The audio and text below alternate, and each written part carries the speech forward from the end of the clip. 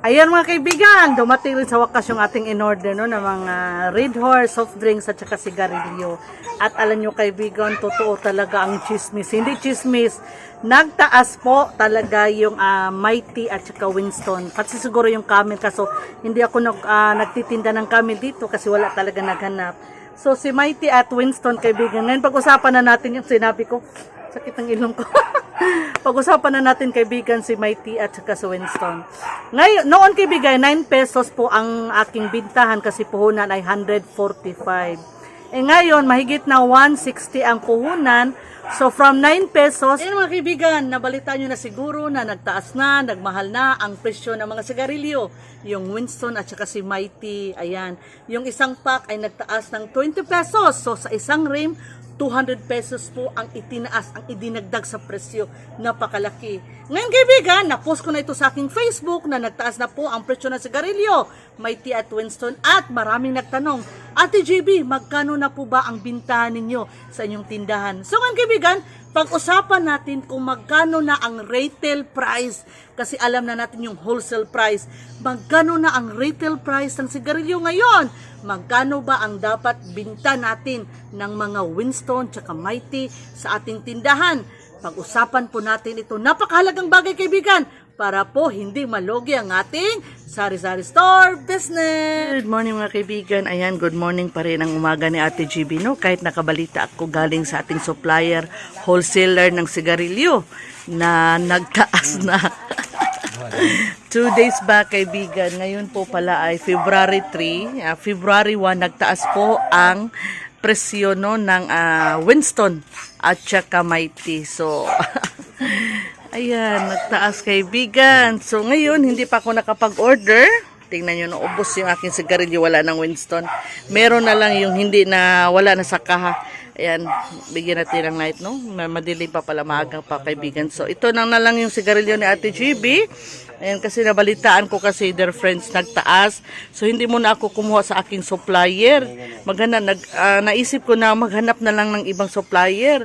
Kasi nga, walang mga ahinti ng GTI or kahit ano pang ahinti ng sigarilyo dito sa place namin. So, swerte ka kung merong ahinti sa place nyo. Kasi kahit magmamahal, magtataas ang sigarilyo, hindi po masyadong mataas. Hindi katulad sa amin dito na nasa sulok yung aming tindahan, wala talagang ahinti ng sigarilyo ang pumupunta. Kaya kung magtaas doon sa ahinti, lalo na sa supplier namin. Kasi yung supplier namin ng sigarilyo, kumukuha sa ahinti. Then ahinti to supplier din sa amin, o diba? So ngayon na nagtaas ang sigarilyo kaibigan, no, magkano na ba yung dapat nating ipresyo? Ayan, so pag-usapan natin yan mamaya. Hinihintay ko lang yung aking supplier na mag-deliver no ng sigarilyo kaibigan para makita natin kung magkano talagang itinaas. So narinig ko mga 20 pesos kada kaha or 200 pesos bawat trim. So bago tayo mag-decide kung magkano yung ating retail ng bawat sigarilyo, hindi pala include si Marlboro, Winston at saka si Mighty. Hello Francis. So bago tayo mag-retail kay magpresyo ng ating sigarilyo retail price, hintayin na muna natin yung aking supplier. Tingnan natin yung resibo, no? Ayan, konti na lang. So itong Winston kaibigan, no, 20 pesos ang itinaas. Isang kaha. My goodness! At saka si Mighty, 20 pesos. Ayan. So, mamaya na tayo mag-retail price. Kasi nag-order ako ng soft drinks and kasama sa soft drinks yung sigarilyo. Sana no, puntahan din kami dito ng ahinti ng mga sigarilyo, kaibigan. Ang hirap. Walang ahinti ng sigarilyo. So, from ahinti patungo sa aming supplier, ang dito sa amin. So, masyado talagang mahal.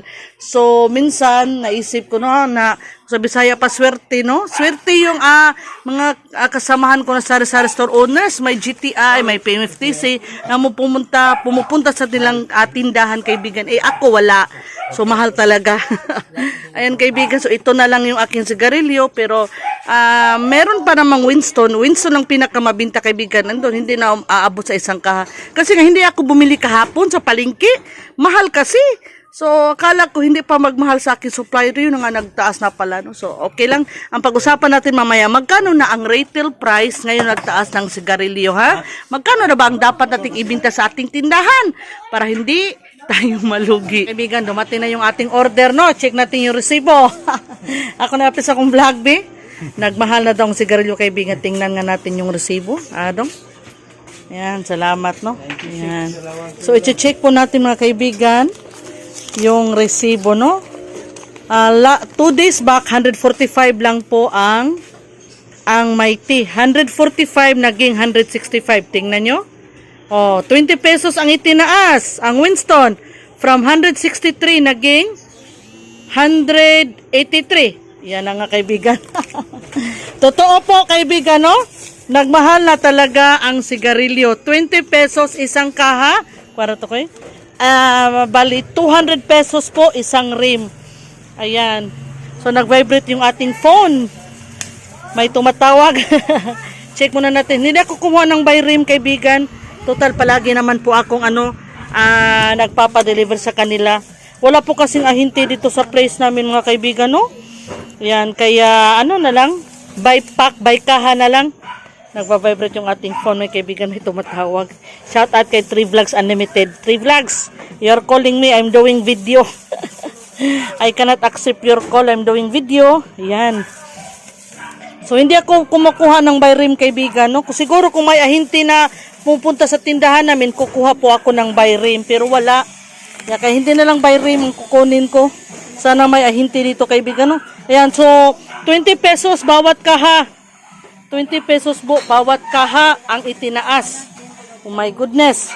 Yan yung ating mantika. Andito rin. So check na muna natin yung iba kaibigan ha. So mamaya, pag-usapan natin kung magkano na yung ating bintahan, retail price. Ayan mga kaibigan, dumating rin sa wakas yung ating in-order no, ng mga Red Horse, soft drinks at saka sigarilyo. At alam nyo kaibigan, totoo talaga ang chismis. Hindi chismis, nagtaas po talaga yung Mighty at saka Winston. Kasi siguro yung Camel, kaso hindi ako nagtitinda ng Camel dito kasi wala talaga naghanap. So si Mighty at Winston kaibigan, ngayon pag-usapan na natin yung sinabi ko. Sakit ng ilong ko. Pag-usapan na natin kaibigan si Mighty at saka si Winston. Ngayon, noon kaibigan, 9 pesos po ang aking bintahan kasi puhunan ay 145. Ngayon, mahigit na 160 ang puhunan. So, from 9 pesos, 10 pesos na po ang bintahan natin ha. Retail ng Mighty, bahala na kayo dyan kung magkanong bintahan nyo dito sa tindahan ko. At nakausap ko na rin yung mga kapwa ko kasari-sari store owner dito, no, yung tinatawag natin kompetensya. Nag-usap kami kanina, 10 pesos na rin po ang Mighty. So, nagtaas ng 1 peso ha. At itong si Winston, ang puhunan noon ay 163. Bintahan natin ay 10 pesos noon. O, diba?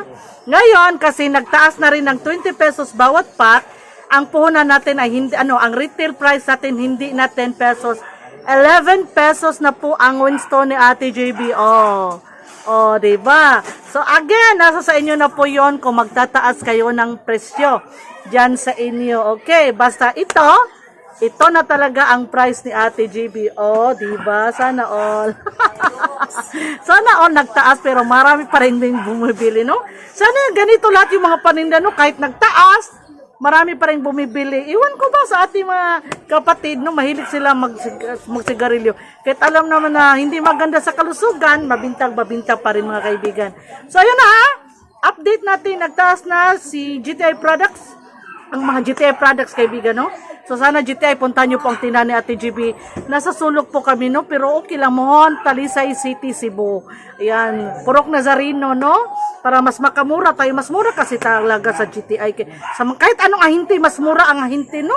Ayan, sa supplier ko medyo mataas kasi nga binili rin nila galing sa ahinti. O, diba? Ayan, kaibigan, ha? Ayan, nagtaas na po talaga. Kaya magtaas na rin kayo para hindi malugi ang ating negosyo.